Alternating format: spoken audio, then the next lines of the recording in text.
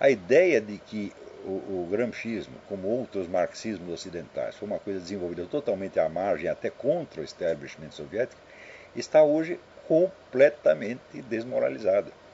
Quer dizer, a unidade do Partido Comunista, do movimento comunista, ainda dentro resguardada as suas divergências internas, que às vezes chegam até, vamos dizer, a disputa violenta e o assassinato, essa unidade ela se preserva. E tudo aquilo que é útil ao movimento acaba, de alguma maneira ou de outra, sendo integrado. Então, se Stalin já adotava táticas gramscianas em 1920 e 30, mais claramente gramsciana ainda se torna a atuação da União Soviética a partir do começo dos anos 60. Tá certo? E não só da União Soviética, mas também da China. Você vê que toda a influência que essa gente exerceu sobre a New Left americana, né? Você pode dizer que é uma influência de tipo dialético, porque ostensivamente, e da boca para fora, né, eles eram até contra a ditadura soviética, eles eram democráticos, etc, etc, mas quando você vai ver quem estava dirigindo o processo, quem estava dando dinheiro, quem estava orquestrando tudo, era a própria União Soviética. Né? Quer dizer, é uma ingenuidade terrível você achar que um movimento político de uma complexidade imensa e de uma envergadura universal pode se impor ao mundo, vamos dizer, com um discurso unívoco e totalmente coerente. Tá certo? É claro que não pode. Tá certo? Você veja, por exemplo, que a esquerda europeia, sobretudo depois que apareceu o eurocomunismo, ela não hesitava em condenar da boca para fora, vamos dizer, a ditadura chinesa, sobretudo depois daquele massacre da paz celestial, etc, etc, ao mesmo tempo em que nos Estados Unidos, né, o pessoal favorecia a abertura para a China. Quer dizer, você falava mal da China da boca para fora, mas você estava facilitando a atuação da China. Né? Do mesmo modo que ambiguidades similares você vê hoje na política de Barack Obama com relação ao Irã. Tá certo? Ele falando de sanções econômicas, etc, etc, mas ao mesmo tempo se recusando de fazer qualquer coisa efetiva contra o Irã e ao mesmo tempo puxando o tapete de Israel, ao mesmo tempo que promete fidelidade eterna. Quer dizer, essas ambiguidades, essas contradições, elas são normais no curso da política. Ninguém que se atenha, vamos dizer, um discurso doutrinário, vamos dizer, permanente e imutável pode ter a flexibilidade para sobreviver durante uma semana sequer na política. Tá certo? Então, que os comunistas frequentemente neguem os seus próprios princípios ou pareçam agir de maneira anticomunista, isso é a coisa mais normal em qualquer movimento político que seja. Tá certo? Então, você veja que mesmo as grandes religiões às vezes são forçadas pelo curso dos acontecimentos a agir de maneira paradoxais. Tá certo? Então, é uma. Eu acho alguém aqui.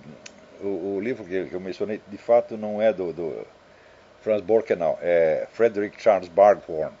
Tem razão, alguém aqui está me corrigindo, não é Borkenau, é Barghorn. Né? Então, você vê que quando as pessoas, por exemplo, dizem não, o Lula não é comunista, ele é pró-capitalista, tá certo? Ou então alguém que disse outro dia, a China não tem mais nada de comunista, as pessoas mostram que tem uma concepção ingênua e, como é que se diz, quase mecânica do comunismo. Então, o comunismo é a doutrina da socialização integral dos meios de produção e o que sai disso não é mais comunismo. É claro que é evidente que não é assim. Quer dizer, isso seria o comunismo num jogo tipo War, sabe? Né? Onde tudo é simples, os objetivos são imediatos e claros, tá certo? Mas o mundo não é um jogo de War, não é um jogo de, como é que chama, Monopoly, como ele chama aqui no Brasil, como é banco imobiliário, né? Não é isto, tá, né? Então, você só entende mais ou menos um movimento político quando você consegue captar todo o tecido de ambiguidades e a unidade que está, a unidade profunda que se busca manter por trás dele, porque sempre há o risco, evidentemente, de que por trás de tantas adaptações, no fim de tantas adaptações a circunstâncias diversas, o movimento acaba perdendo realmente a sua unidade e por se desmembrar. tá certo? Como aconteceu no começo do século XX, quando se desmembra o movimento comunista, o movimento social-democrata da Edward Bernstein, dos reformistas, que mais tarde leva anos. Essas duas alas elas se tornaram, vamos dizer, tão antagônicas que você veja, esse antagonismo decidiu o destino da Alemanha, chegou a decidir o destino da Alemanha, porque se os comunistas tivessem feito aliança com os social-democratas que estavam no poder, o nazismo jamais subiria, mas, pela teoria deles, o principal inimigo era a social-democracia, que representava a burguesia. Então eles atacaram a social-democracia por um lado, o nazismo atacou por outro, a social-democracia veio abaixo e o nazismo subiu. Então chegou a dissensão chegou a esse ponto, a disputa chegou a esse, o ódio mútuo chegou a esse ponto. Porém, mais tarde, mesmo essas duas alas, social-democrata e comunista, elas foram costuradas de novo. Costuradas por quem? Por Antônio Gramsci. Antônio Gramsci demonstrou que os métodos, alguns dos métodos da social-democracia eram úteis dentro da própria estratégia comunista e tinham que ser integrados de qualquer maneira. E no fim não havia mais ninguém na alta esfera soviética que não concordasse com isso. E quando Mao Tse-tung acusava a União Soviética de revisionismo por causa disso, porque os social-democratas estão chamando de revisionistas, dizer, não, a União Soviética desistiu da revolução, agora ela só quer se acomodar ao capitalismo, etc, etc. Era tudo da boca para fora, porque a China por baixo estava colaborando com o mesmo processo. A China colaborava ativamente com o pessoal da nova esquerda aqui, com o movimento pela paz no Vietnã, etc. O que era tudo isso? Era, vamos dizer, política gramsciana, é estratégia gramsciana e não estratégia diretamente, estratégia de revolução proletária, como defendia operário camponês, como defendia Mao Tse-tung. Quer dizer, o que o movimento de estudantes em Berkeley tem a ver com a revolução operário-camponesa que preconizava Mao Tse-tung? Absolutamente nada. Mao Tse-tung está aqui fortalecendo gramscianamente os estudantes no mesmo instante em que ele discursava contra a União Soviética, pela sua acomodação, por ter desistido do espírito revolucionário, etc, etc. Tudo isso, evidentemente, da boca para fora, para simular aquela farsa imensa do conflito sino-soviético. Eu até tenho aqui um documentário feito pelo governo soviético, fazendo acusações ao governo chinês, mas um documentário feito para ser exibido no Ocidente. Na Rússia jamais foi exibido. Não é incrível? Quer dizer, você está acusando alguém de ser antissoviético, mas você, em vez de explicar isso para o seu próprio povo, para defendê-lo da influência chinesa maligna, você vai exibir isso na Inglaterra e nos Estados Unidos. Então, o simples fato de ter sido feito o documentário já mostra que é tudo fake. Não? Então, esses dois fatos, quer dizer, que a adoção da estratégia gramsciana pela própria KGB, a partir dos anos 60, começo dos anos 60, e o fato de que já antes disso Stalin já tivesse adotado alguns dos procedimentos gramscianos, esses dois fatos poderiam ter sido antevistos em tempo com um pouco de inteligência. No entanto, mesmo depois de bem comprovados pelos documentos dos arquivos de Moscou, ainda há quem teime em ignorá-los. Então, a dissolução da União Soviética, tão celebrada no Ocidente como o grande finale da Guerra Fria, serviu acima de tudo para camuflar o fato de que, ao dar seu último suspiro, o gigante soviético já tinha obtido a vitória mais completa possível na luta ideológica e continuaria a alcançar novos e novos triunfos depois de morto e desmembrado. Vocês viram que até a metade do século XX, tá certo? Havia em todo o Ocidente vários movimentos anticomunistas muito poderosos, havia uma reação anticomunista organizada e em alguns lugares quase generalizada. Você vê que aqui nos Estados Unidos, até no tempo, vamos dizer, do processo do Alger-Hiss, você simplesmente dizer que um camarada era comunista era suficiente para queimar a reputação dele para sempre. Não precisava nem ser espião soviético, bastava ser carimbado de comunista, ele estava liquidado. E o Partido Comunista mesmo nos Estados Unidos nunca chegou a ter mais de, sei lá, 80 mil membros, alguma coisa assim, que num país desse tamanho é nada. Então, porém, da segunda metade em diante, quando o movimento comunista perde aquele seu contorno aparentemente dogmático e centralizado da primeira parte da primeira parte do século, e começa a se expandir para todo lado, e adquire uma força monstruosa, ao ponto de se tornar a ideologia dominante no mundo, não há mais anticomunismo. Não tem um único movimento anticomunista organizado. É um negócio impressionante. Então, justamente quando o problema se agrava, as pessoas param de combatê-lo. Por quê? Ele se agravou pelos meios preconizados por Antônio Gramsci. E não poderia. Isso jamais poderia ter acontecido sem que fosse da iniciativa da própria União Soviética.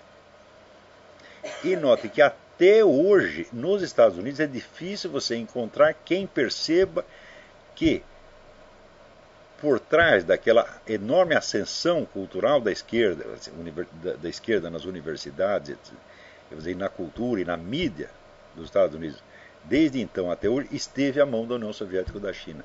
Eles não percebem isso, eles fazem questão de achar que é um movimento autóctone, quando os documentos dos arquivos de Moscou estão lá mostrando que era coisa da KGB mesmo, né? Então, por que as pessoas não querem enxergar isso? Porque eu digo, olha, existem 3 motivos pelos quais, né, os agentes do processo podem querer se camuflar por trás de forças anônimas e causas impessoais. O primeiro é, evidentemente, o desejo de evitar a responsabilidade.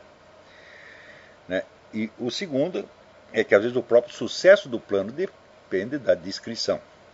Né?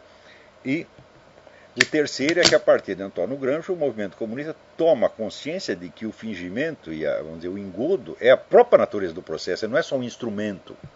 Né? A totalidade do movimento revolucionário é um vasto engodo, é um vasto plano maquiavélico para enganar todo mundo, de modo a implantar o socialismo, como se diz, anestesicamente.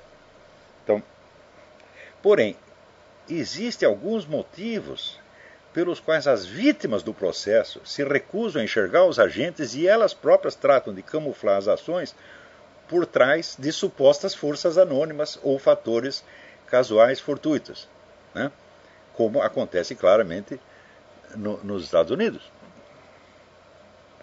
Então, isto acontece pelo seguinte, daí, parágrafo seguinte: quem quer que, à luz do método Jelinek, refaça mentalmente o trajeto das principais transformações político-culturais acontecidas no século XX, não terá como deixar de chegar à conclusão acachapante que Malachi Martin enunciou assim no livro The Keys of This Blood, é um livro que ele escreveu sobre João Paulo II em 1990.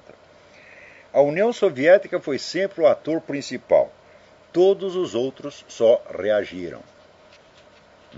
Essa constatação ela é tão acachapante e tão atemorizante que o cérebro de muitas pessoas, sobretudo nos Estados Unidos, recua diante disso. Claro que a União Soviética ela própria tem interesse dela esconder, né, a sua ação e dizer, não, é tudo coincidência, são força econômica, são as contradições do capitalismo que fizeram isso, nós não fizemos absolutamente nada. Tá certo? Mas a própria vítima se ajuda a ser feita de trouxa. Primeiro, porque reconhecer este fato que o Malachi Martin assinala é admitir, vamos dizer, que a inteligência estratégica da União Soviética superou a do universo inteiro, dos Estados Unidos, da Alemanha, da Europa Ocidental, de todo mundo, ou seja, os russos fizeram todo mundo de trouxa. E isso, quando você vê que a União Soviética caiu e você quer atribuir a si mesmo os méritos da queda, que houve, é claro, algum mérito do Ronald Reagan, do João Paulo II, da Margaret Thatcher, houve algum mérito, mas eles não foram a causa da queda da União Soviética. A causa da queda era a absoluta impossibilidade de continuar com o regime, as suas contradições internas, estas sim, tá certo? E não a ação, né? A ação dos Estados das potências ocidentais dentro da União Soviética foi irrisória, tá certo?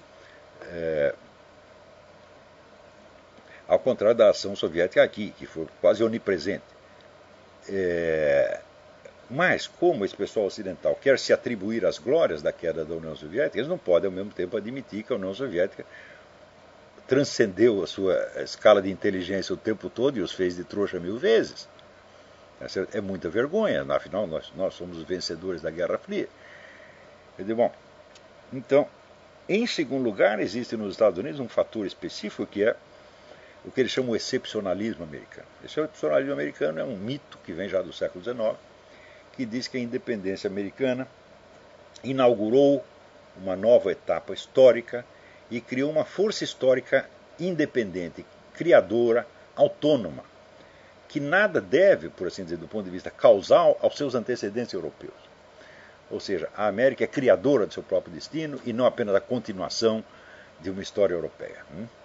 Dentro desta perspectiva, acontece o seguinte: os Estados Unidos passam a ser, no entender dessa gente toda, são conservadores, patriotas, a única força agente.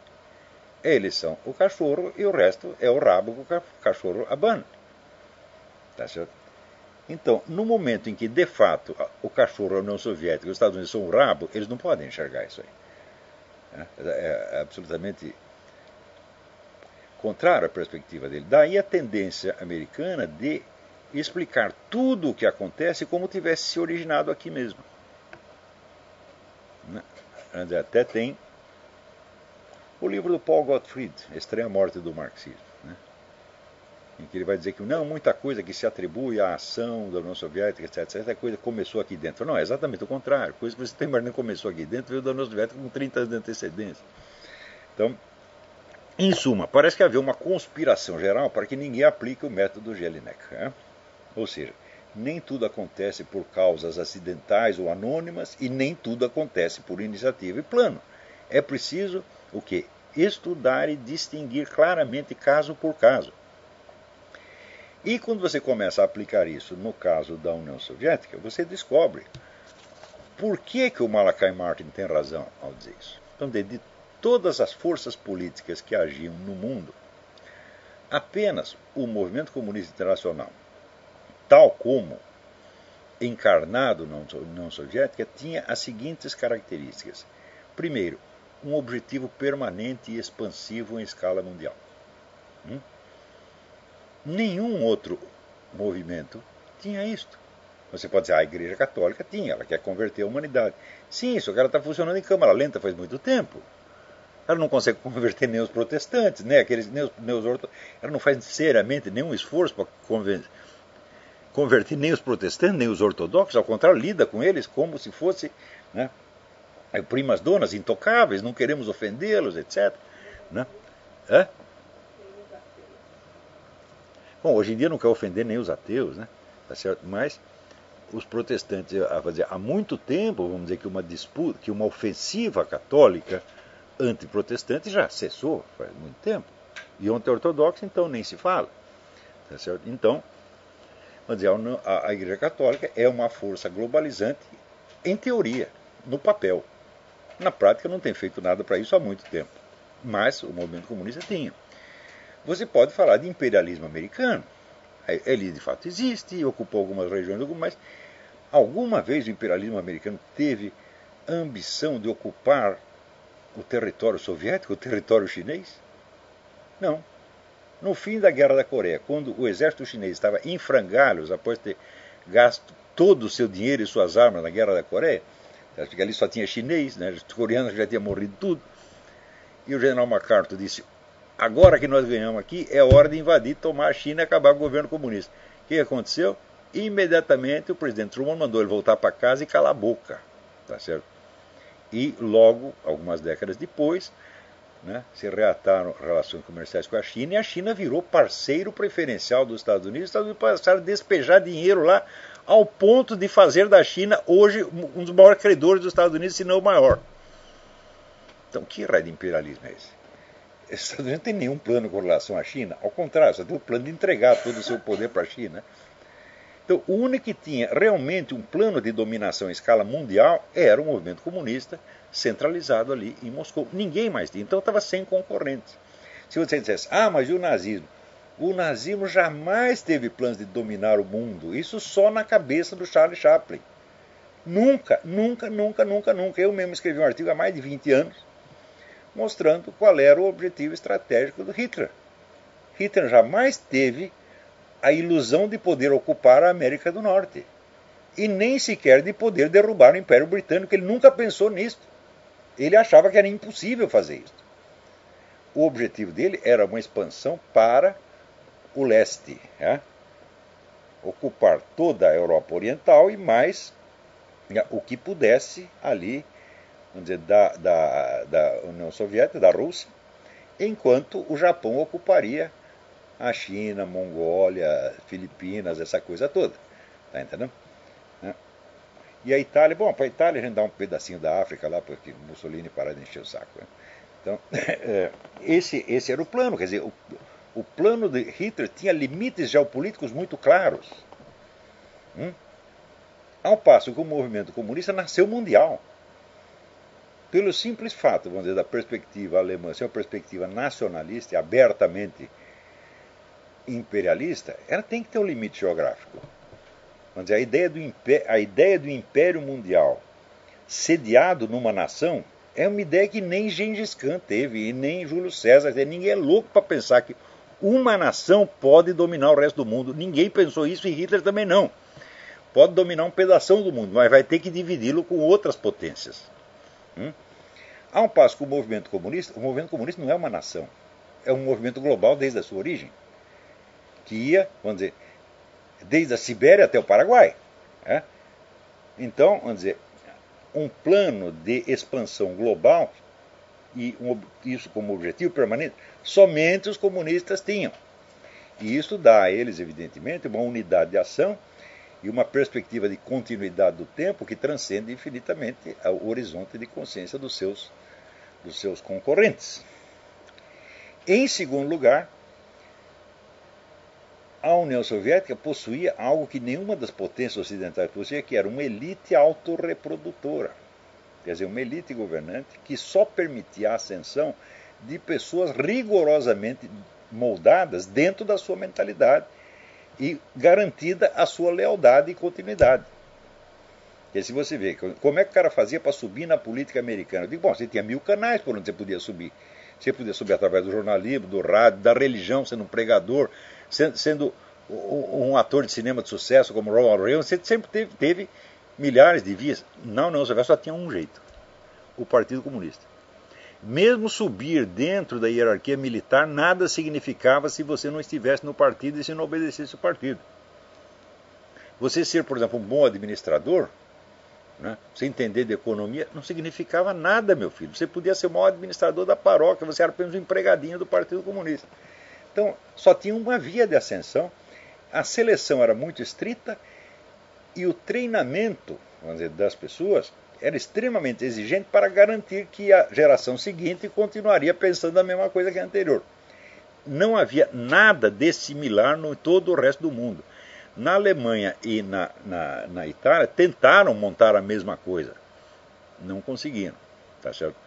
No Japão tinha, mas o Japão é desse tamanho. Né? No Japão também tinha uma elite autorreprodutora, mas como dizer, só tinha japonês lá, que não podia se expandir para o resto do mundo. Terceiro, você tinha o controle central dos meios de ação. Sem isto, não dá para você ter um plano de escala global. Muito menos com a continuidade do objetivo permanente. Então isso quer dizer que o movimento comunista, e portanto o Estado soviético, que era um órgão ou cristalização temporária do movimento comunista, era uma força sui generis, diferente de todas as outras que existiam no mundo, e que portanto não podiam concorrer com ela nos mesmos termos. Então nunca existiu, por exemplo, uma internacional de direita dizendo, não, eles querem dominar o mundo, mas quem vai dominar o mundo somos nós. Nunca. Né? Nem mesmo as facções concorrentes do movimento revolucionário, como nazismo e fascismo, jamais tentaram uma coisa dessa. Você imagina se Hitler seria idiota ao ponto de acreditar que ele poderia formar, né, pessoas na base do nacionalismo alemão, na Zâmbia, na China, na Serra Leoa, no Brasil? Não dá. Quer dizer, o nazismo teria que se diversificar em outros tantos nazismos locais, quase que certamente seriam os seus concorrentes. Você não pode esquecer que houve países fascistas que entraram na guerra contra o eixo, inclusive o nosso, o Brasil. O Brasil é um governo fascista que entrou na guerra contra os fulanos. Tá entendendo? Então, isso quer dizer que a unidade de um movimento mundial só o comunismo tinha, ninguém mais tinha. Nem a maçonaria tinha. A maçonaria está dividida em duas grandes seções há muito tempo. Você tem uma maçonaria anglo-saxônica e uma maçonaria francesa, que parece que é a seguida no Brasil. Também não sei direito. Então ninguém mais tinha isso. E, em quarto lugar, a presença mundial. Eles tinham militantes em toda a parte. né? Isso começou a se formar. O movimento revolucionário antecede a formação, quer dizer, antecede a primeira internacional. Quando veio a primeira internacional em 1848, já tinha um movimento revolucionário mundial com militantes em toda parte.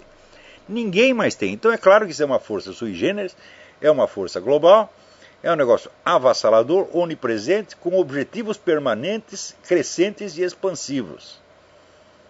Ora, então, isso quer dizer que nesta escala de ação, só a União Soviética estava agindo. Ela era o único ator.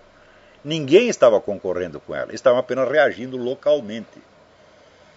Em segundo lugar, é preciso ver que aquele que é, vamos dizer, o agente consciente por trás de todo esse plano, ele tem a visão clara da unidade da sua estratégia ao longo do tempo.